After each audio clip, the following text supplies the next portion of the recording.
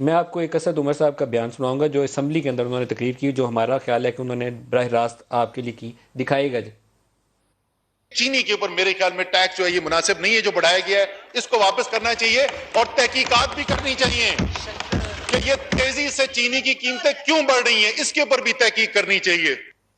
آپ بتائیں گے؟ آپ کے خیال ہے میرے پہ ان کا حملہ تھا؟ میرا تو یہ خیال. یعنی میرے دوست ہیں اسد عمر صاحب، میرے دوست پہ ہی. کیوں حملہ کریں گے؟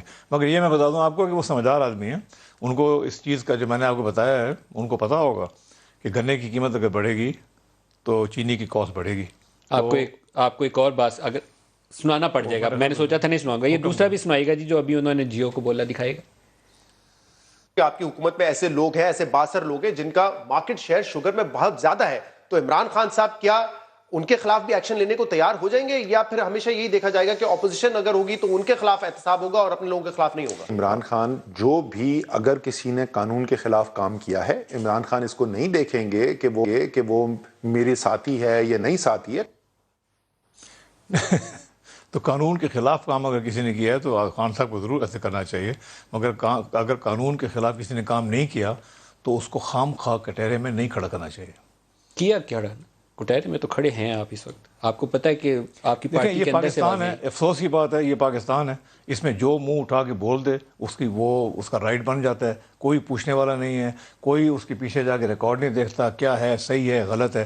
اس لیے میں آپ کے پروگرام پہ آیا ہوں آج ریکارڈ سیدھا کرنے کے لیے کہ یہ تمام جو باتیں کی جا رہی ہیں یہ بالکل غلط ہے. مثلا اسد عمر صاحب اسٹینڈنگ کمیٹی کے چیئرمین تھے، انہوں نے ٹاسک دیا کمپٹیشن کمیشن آف پاکستان کو کہ آپ انویسٹیگیٹ کریں کہ چینی میں کارٹیل ہے، چینی کے مارکیٹ میں کمپنیوں میں اور آٹے میں، دونوں میں ہے کہ نہیں ہے. انہوں نے رپورٹ کابینہ کے سامنے پیش کی اور یہ مجھے سی سی پی کی چیئرپرسن نے خود بتایا کہ میں نے جب کابینہ کے سامنے رپورٹ پیش کی کہ شوگر میں ہم نے بڑی انویسٹیگیشن کی ہے، کوئی کارٹیل نظر نہیں آیا ہمیں، ہم نے آٹے میں کی ہے وہاں کارٹیل ہے.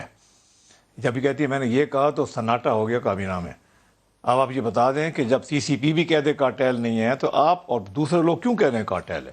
آپ کے ساتھ ایک اس کے علاوہ میں کیا کہہ رہا ہوں، میں یہ کہہ رہا ہوں کارٹیل ہے تو اس کا مطلب ہے کہ آپ نے سپلائی کو روکا ہوگا یا کوئی اس طرح کی مینوپولیشن کی ہوگی.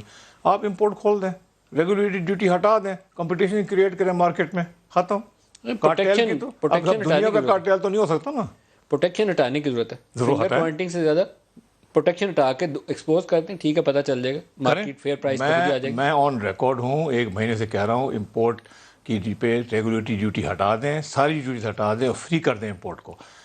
مگر یہاں پہ ہماری جو انڈسٹریز ڈپارٹمنٹ ہے یا منسٹری ہے، جو بھی لوگ اس کے ذمہ دار ہیں وہ کہتے ہیں یہ بہت سٹاکس موجود ہیں ملک میں تو یہ ابھی ضرورت نہیں ہے. میں یہ کہتا ہوں کہ سٹاکس موجود ہیں، آج تو ہونے چاہیے، آج کا کرشنگ سیزن ہے، میکسیمم سٹاکس ہوں گے، مگر آپ آئندہ کے لیے چینی کی قیمت پہ کیپ لگانے کے لیے خودارا ریگولیٹری ڈیوٹی ہٹائیں اور چینی کی امپورٹ کی اجازت دیں.